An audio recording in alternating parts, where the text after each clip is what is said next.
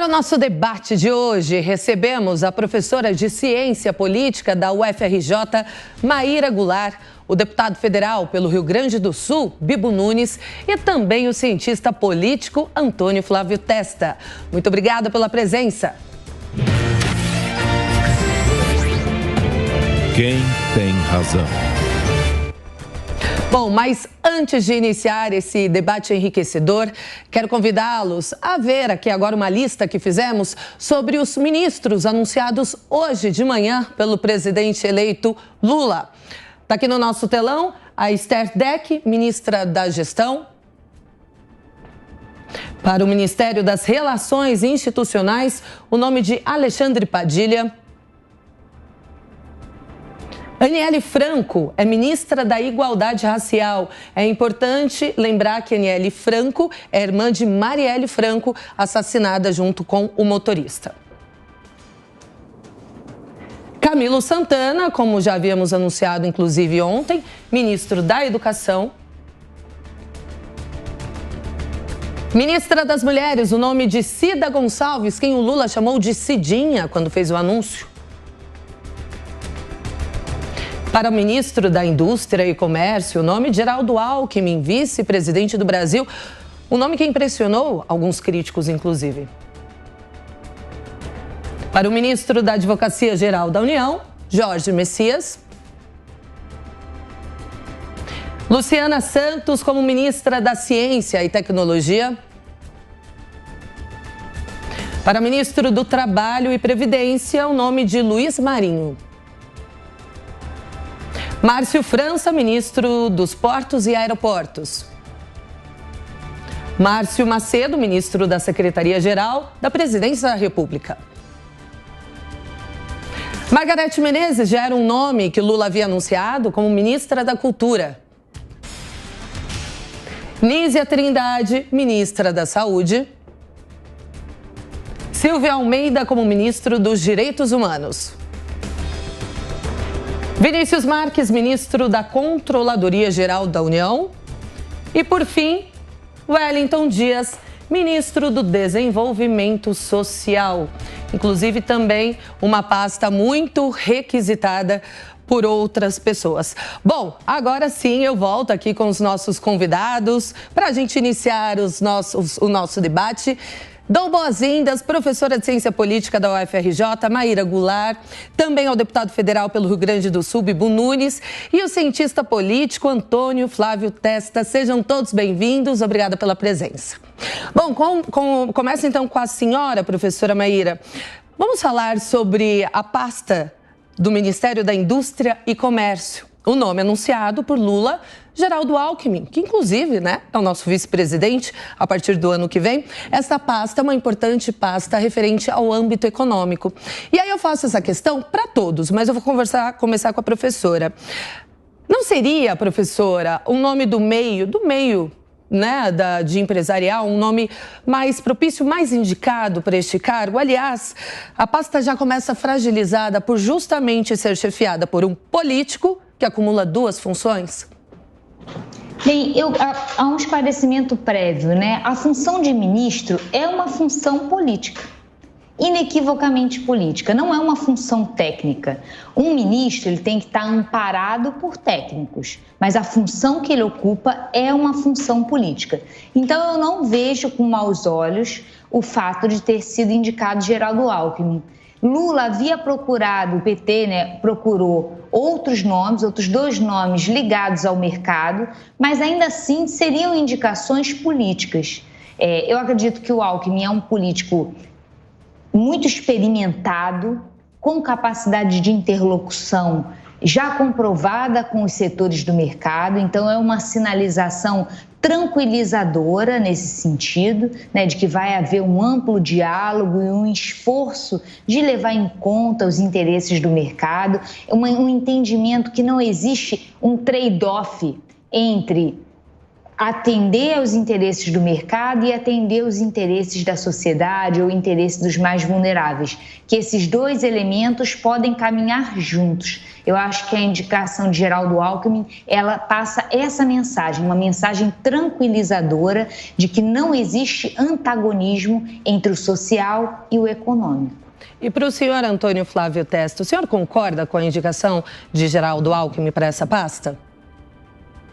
Bom, boa tarde a todos. O primeiro nome que o presidente Lula gostaria que fosse ministro da Indústria e Comércio é de Josué, filho do antigo Zé de Alencar, e ex-presidente da Fiesp, que não aceitou de forma alguma. Então ele teve que trazer um nome que tem muita experiência, foi governador durante mais de 20 anos em São Paulo, tem uma relação muito grande com o setor empresarial e desempenha um papel fundamental na transição. Aliás, é ele que tem feito todas as articulações.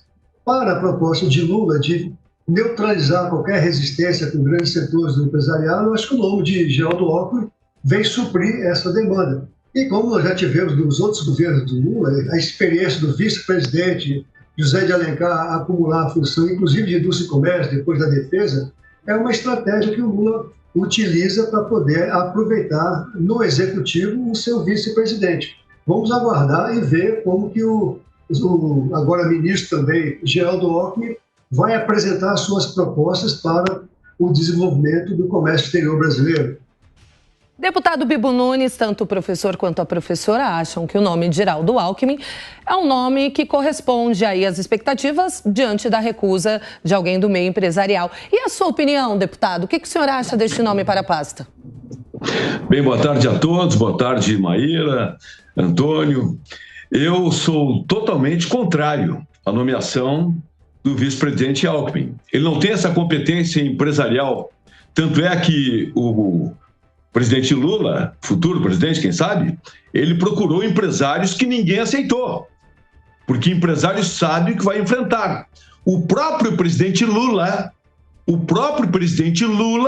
disse hoje que para ele é mais fácil vencer uma eleição do que formar um ministério. Sabe por quê? Porque não tem gente competente na esquerda. Sempre a esquerda coloca os cargos vitais, importantes, políticos, para preencherem bocas e tetas. Eu discordo. O ministro é uma função política, mas conforme o caso, tem que ser um político que tenha conhecimento técnico. Como é que vai comandar uma cidade, um estado, um país, um ministério, se não tem conhecimento? Como é que eu vou cobrar de alguém se eu tenho que estar bebendo pela mão dos outros? Não existe. Aí está a prova. Vice-presidente da República, que o Lula disse que não colocaria como ministro, colocou por quê? Porque não tem gente competente para assumir. Esta é a verdade e quem comprova isto é o presidente Lula, que disse hoje que é mais fácil vencer uma eleição que formar um ministério. Diz o quê? Diz o quê se o próprio presidente disse isso? Diz o quê?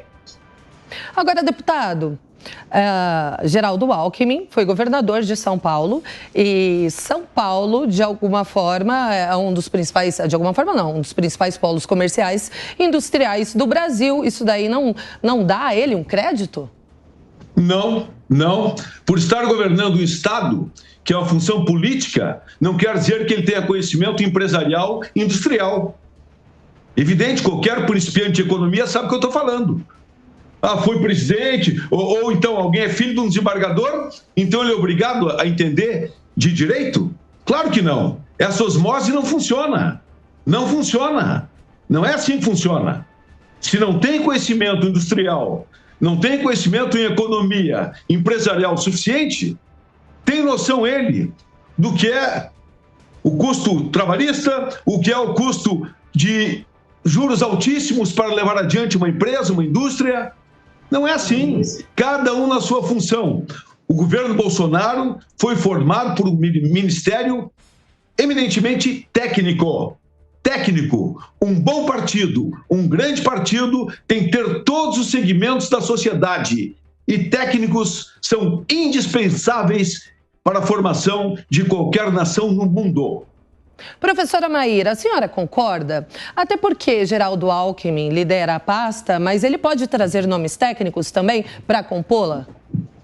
Exatamente, assim como ele fez ao longo dos inúmeros mandatos que ele fez à frente do estado mais complexo e mais economicamente pujante do país. Não houve nenhum episódio em que uma eventual escolha de Geraldo Alckmin tenha sido objeto de crítica por parte dos setores industriais. Eu achei interessante essa questão dos cargos, né? Porque a escolha do Alckmin, em última instância, economiza cargo, né? Já que ele está acumulando 2. Outra coisa que eu acho importante salientar nessas indicações ministeriais, né? Por que escolher um conjunto de ministros é tão importante e tão difícil? Talvez tão ou mais do que obter votos, né? E conquistar uma base eleitoral. Porque na composição ministerial é necessário você alinhavar, incluir as diferentes forças políticas que compõem o cenário brasileiro, né? O governo que está se formando se pressupõe um governo pluralista, né? Defende essa ideia de democracia como um espaço de pluralidade. Então, não pode aparentar um governo monolítico, seja em termos, né, político-partidários, seja em termos sociais. E aí eu chamo a atenção para indicações de hoje que contemplam um conjunto de representantes de movimentos sociais, né, de parcelas significativas da sociedade civil, seja em termos de movimento social, seja em termos da academia, da ciência, que estão compondo um ministério que é complexo, mas que representa a complexidade da sociedade brasileira. E aí também chama atenção para o número que temos agora de quase 30% dos ministros indicados do sexo feminino. Isso marca uma inflexão com o que a gente tinha no governo anterior, essa preocupação com a representatividade de segmentos e setores diferentes da população brasileira. Bom, professor Antônio Flávio Testa, ainda sobre a pasta de Indústria e Comércio, como foi bem lembrado também pela professora, o economista, filho de José Alencar, Josué Gomes, ele declinou, né, do convite feito pelo presidente Lula, ele que é do meio empresarial, na verdade. Isso demonstra uma fragilidade, professor, da relação entre Lula e empresários? Nesse ponto, eu acho que o deputado tem razão, porque Lula não conseguiu trazer para o seu ministério inicial um nome representativo, né, desse setor empresarial e industrial que sofre tanto no Brasil. Mas a gente tem que lembrar que o Lula ele tem essa estratégia de trazer o seu vice-presidente, já fez isso outras vezes, para ocupar um espaço circunstancial. Então é muito provável que o Geraldo Alckmin assumirá esse ministério temporariamente, vai depender de muitas articulações, até porque ele tem sofrido, o governo Lula tem sofrido uma pressão muito grande no Congresso, e ele tem que trazer o apoio, por exemplo, dos republicanos, já que o seu presidente, o ex-ministro da Indústria e Comércio, Marcos Pereira, já reivindicou a volta desse ministério para o seu partido. Então, veja, é um jogo que precisa ser mais definido ainda e nós temos que ver como é que os 100 primeiros dias do governo Lula vão se desenvolver, né? Muito provavelmente haverá defecções de um lado, de outro, outras movimentações e farão uma nova correlação de forças. E nós nem sabemos ainda se, de fato, esse governo Lula será possível, né? Tem muita coisa ainda pendente. Lula está, na verdade, querendo governar, colocando esses nomes. Alguns nomes são muitíssimos conhecidos pelos seus escândalos, respondem a processo, são experientes naquele toma lá da cá, na velha política, nesse jogo fisiológico. Então, se você olhar nessa composição do seu ministério inicial, ele não tem tanto essa diversidade, ele tem muito mais fisiologia do que pluralidade. E os nomes não são tão representativos assim da sociedade brasileira. São, sim, resultado de uma negociação interna dos partidos que compuseram a base do governo eleito Lula. Não sei se isso vai se definir pela competência, pelo gênero, pela idade, pela coloração racial, ninguém sabe. Vamos esperar para ver de que forma esse governo vai se posicionar em relação às grandes questões sociais, políticas e econômicas que envolverão um processo decisório extremamente complexo, difícil. Isso que o Lula falou, que o deputado realmente colocou 2 vezes, de que é mais fácil ele ganhar a eleição do que ele montar um ministério, está aí o resultado. Né? Então, vamos ver como é que os 100 primeiros dias irão se transcorrer. Deputado federal Bibo Nunes, me chamou muita atenção na primeira resposta do senhor um ponto, que o senhor diz que se Lula, de fato, assumir a presidência, por que o senhor acha que Lula não subirá a rampa? Baseado em quê? Não, eu não acho. É que muitas pessoas acham. Eu estou respeitando as pessoas que acreditam, não que eu ache, entende? Muitas pessoas, os quartéis estão aí com milhões de pessoas na frente não acreditando. É o direito deles acreditarem, não é isso? Agora, parabéns pelas palavras do professor Antônio Flávio, muito bem colocadas, e salientando, inclusive, da possibilidade do Alckmin ser temporário. Nem assumiu e já está sendo visto como temporário. Por quê? Quando o professor analisa desta forma, porque vê que não tem sentido. Por que os empresários não entram num governo socialista, um governo de esquerda? Porque o empresário, para a esquerda, para o socialista, para o comunista, ele é um explorador de trabalhadores. Eles querem acabar com patrões. Mas quem vai dar emprego senão os patrões? É um fanatismo, não tem fundamento, mas o empresariado sabe que a esquerda, o PT, PCdoB, eles são contra o empresário, não se sentem bem e eles querem trabalhar. Quem leva essa nação à frente são os empresários, profissionais que pagam seus impostos, porque a esquerda, quem está trabalhando no Estado, não gera impostos para alavancar o país. Quem trabalha no Estado recebe de dinheiro que empresários, profissionais liberais, comerciantes mandam de impostos. Então, a esquerda, quem na esquerda? Nem 5% dos membros da esquerda já assinaram uma carteira de trabalho. Esquerda não tem empreendedor. Esquerda não tem empresário. Essa é a verdade. Quem vai contestar isso? Que a esquerda odeia o empresário. Eles querem apenas um Estado grande para se beneficiarem das famosas bocas e tetas. E a Petrobras está aí. Quem vai comandar a Petrobras que estão anunciando aí? O senhor Jean Paul, deve ser francês, ou no mínimo descendente francês com esse nome. Jean Paul, que é um senador que não tem conhecimento algum na área. Então, é mais um fisiologismo partidário, colocando um político numa empresa como a Petrobras, que já foi massacrada pelo petrolão, pessoas ganhando salários milionários de 100, 150 mil reais, sem a menor competência. Isso nós acabamos no governo Bolsonaro e está voltando. Por isso que as pessoas estão desesperadas em frente aos quartéis, porque sabem o que pode vir com esse governo. É lamentável. Eu faço oposição, mas não sou daquela oposição contra tudo e a favor de nada. Não sou da oposição, quanto pior, melhor. Eu quero o melhor para o Brasil. Se tiver proposta boa, eu vou apoiar. Se é para o bem do Brasil. Porque o governo de esquerda era tanta roubalheira que roubavam o Brasil de dia e ele crescia de noite. No governo Bolsonaro, ele crescia de dia, de noite e de madrugada. E, infelizmente, vamos encarar agora esses governos, esse período aí fatídico que vem pela frente, mas vamos enfrentar, temos que lutar, temos que acreditar e o bem sempre vence o mal. Se o bem não vencer o mal, não tem razão de estarmos aqui. Deputado, com gentileza, peço licença. Enquanto o senhor falava, eu percebi a professora Maíra, ela manifestou ali, quando o senhor questionou quem vai contestar que a esquerda não tem carteira assinada, que a esquerda não tem empresários. A senhora contestaria, professora Maíra? Em percentual. O Partido dos Trabalhadores, ele surge a partir da associação entre sindicatos, um setor da Igreja Católica e alguns setores de movimentos sociais. Nada mais integrado ao mercado de trabalho que um sindicato, né? Um sindicato é uma associação de trabalhadores que visa ampliar os seus rendimentos a partir do trabalho.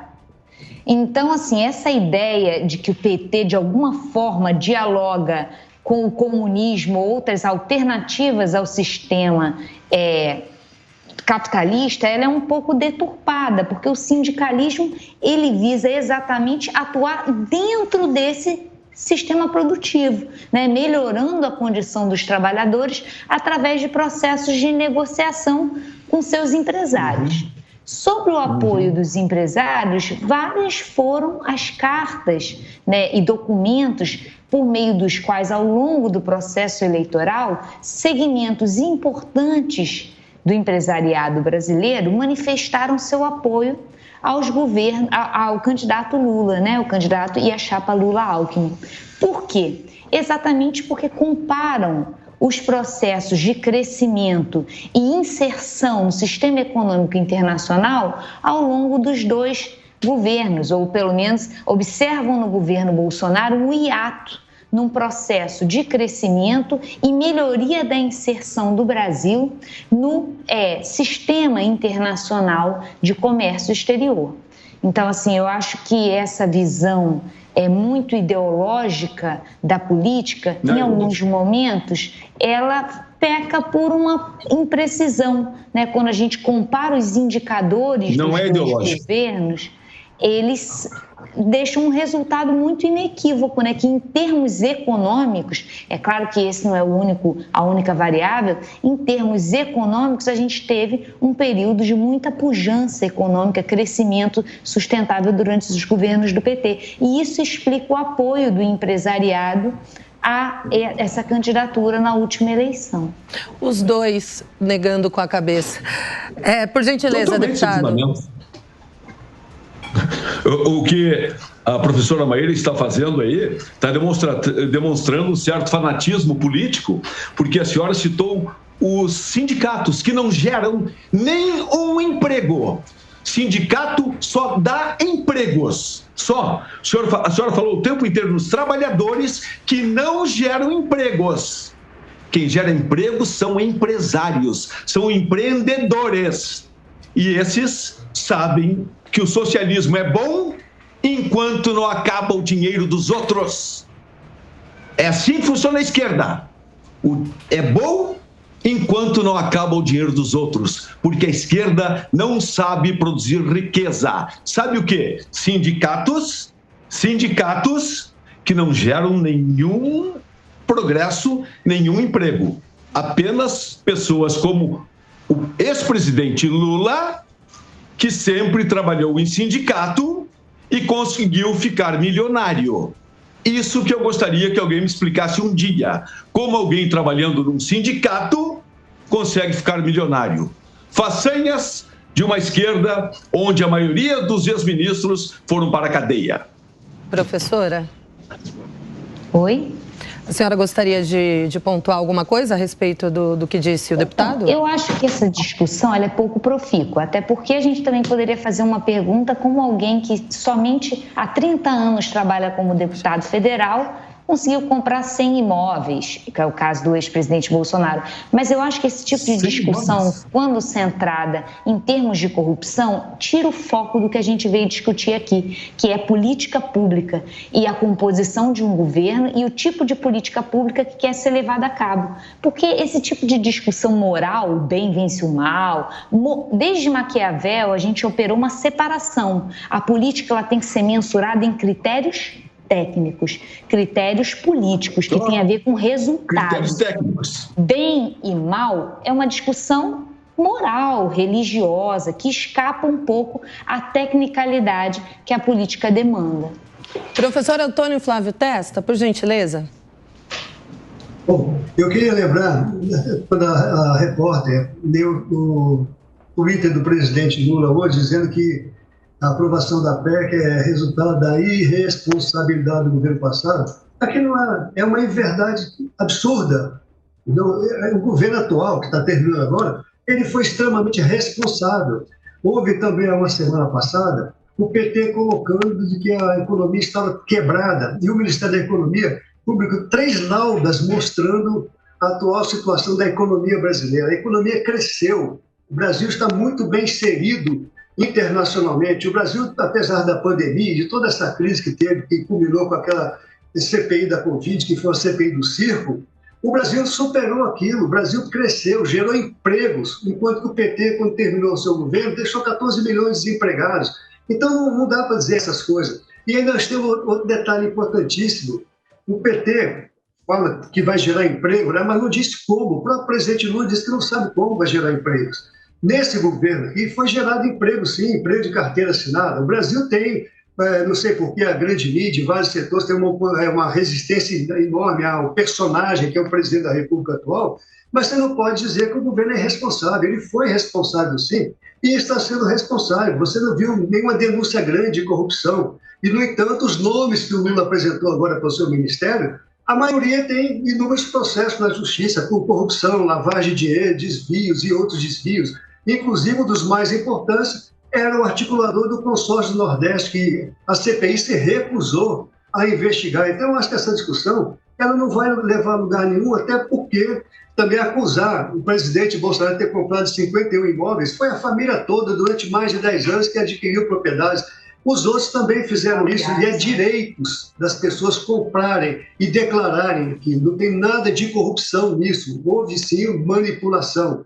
Esse é um erro grave. Acho que o Brasil precisa ter, nesse momento, a responsabilidade de discutir o seu futuro, porque aquilo que foi feito no Congresso, aprovando a mudança da lei das estatais, aprovando as PECs, e em troca disso você ganhou o ministério, a gente não pode esquecer que o senador Alexandre Silveira foi o relator da PEC do Senado e conseguiu 64 votos numa articulação rápida, muito rápida. A gente não pode esquecer também que ele pertence ao PSD, que é o partido do Kassab, que o Kassab é o atual, vai ser o futuro secretário de governo lá no governo de São Paulo, e, no entanto, quer eleger aqui o Pacheco de novo para a presidência da República com o apoio do PT. Então, o jogo é muito mais sofisticado, é muito mais complexo. O que está em disputa é a captura do Estado brasileiro por forças políticas em detrimento dos interesses da sociedade brasileira. Se é negros, se são gays, se são deficientes físicos, se são idosos. A sociedade brasileira está à margem desse processo decisório. É um jogo de cena que está acontecendo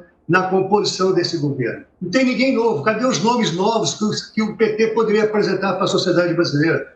Você tem ministros que foram do seu ministério de 2002, voltando, dizendo que vão fazer tudo novamente. Ora, o mundo mudou radicalmente, nós estamos caminhando já quase que para a metade do século XXI e a mentalidade é retrocesso, é só de retrocesso. Não serve para o Brasil. Temos que mudar muita coisa e precisa de toda a sociedade brasileira discutir sem ideologia, com pragmatismo, com geração de emprego, distribuição de renda, e não pode ter impunidade. É inaceitável você ver o que está acontecendo atualmente com a justiça brasileira se apropriando do Congresso, se apropriando do poder do Executivo, e ninguém fala nada. Realmente o deputado tem razão quando você vê milhões de pessoas nas ruas esperando uma providência, né? Porque ninguém confia.